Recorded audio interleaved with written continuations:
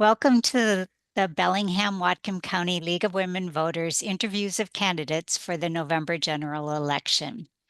The League is a nonpartisan organization. We never support or oppose a party or a candidate. My name is Cindy Madigan, and my guest is Jim Shaver, who is running for the Blaine School Board District 3. We are asking the candidates for this office the same three questions. Each candidate has 2 minutes to answer each question, and the answers are timed. This video of candidate Shaver's responses will remain on our website until after the general election on November 4th, 2025. Candidate Shaver, thank you very much for agreeing to this interview and for seeking to serve public office.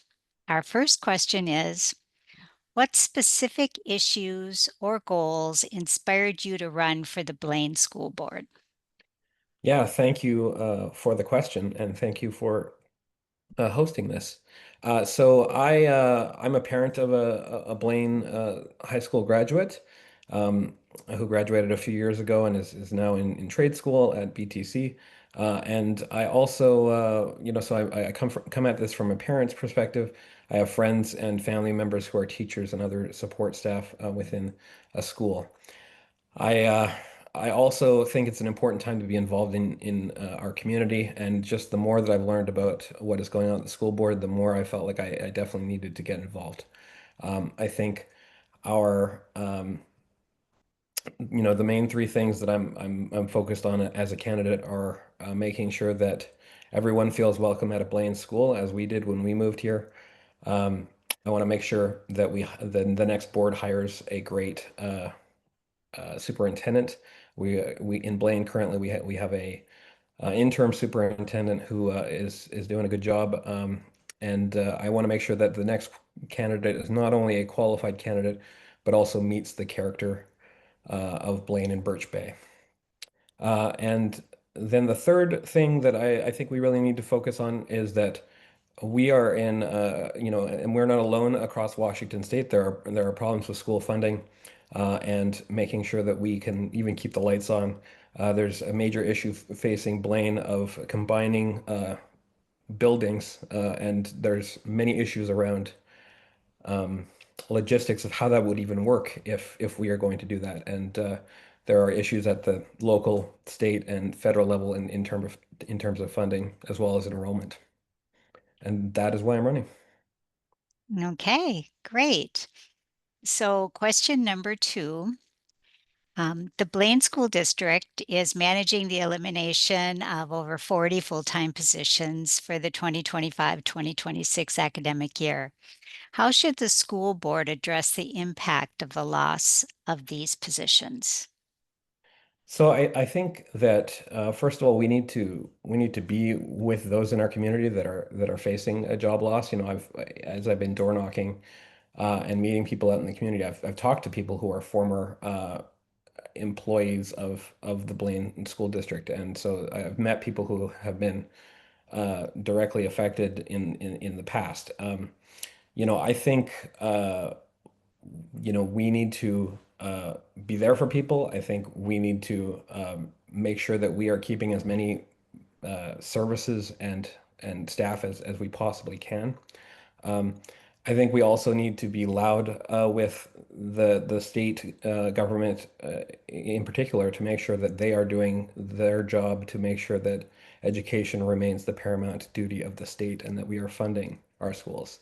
Um, a real problem that we have in Blaine is enrollment, and what that means simply in a short form is we have more students in grade 12 than we have in grade 1.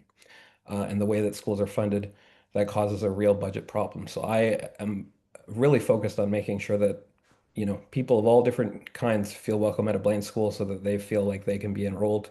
We also need to do a lot of work around making sure that young people and working class people can afford to have children so that our schools are able to live on in the future and have children to go there to learn.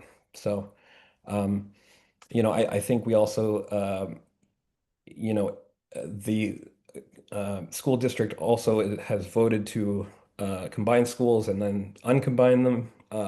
and there are certain issues in terms of where food is going to be prepared and if there's enough space to make food, and there's lots of logistic issues that are going to be worked out if that is actually going to come to pass because of budgetary reasons. So.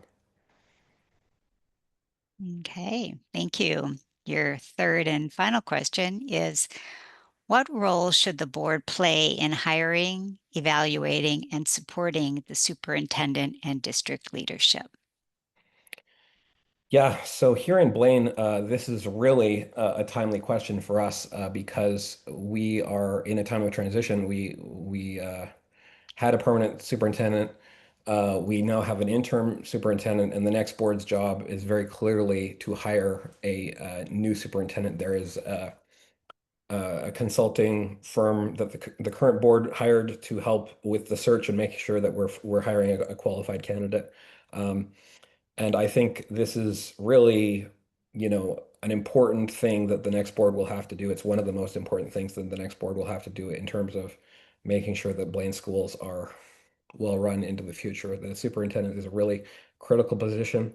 Um, and we need somebody who is qualified and knows how to run a school district, manage a budget, put together a budget, and we need to make sure that that person is going to mesh well with the community, as well as the teachers and other staff at the school.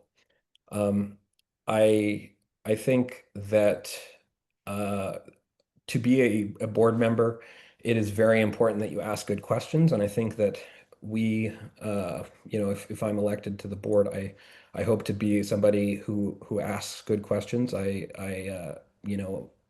work professionally in cybersecurity. My job is to be sort of a devil's advocate and ask good questions. And I think I'm very qualified to do that and to make sure that we get the right candidate. Yeah. Okay, thank you. Once again, thank you for giving the public this insight into your views and values.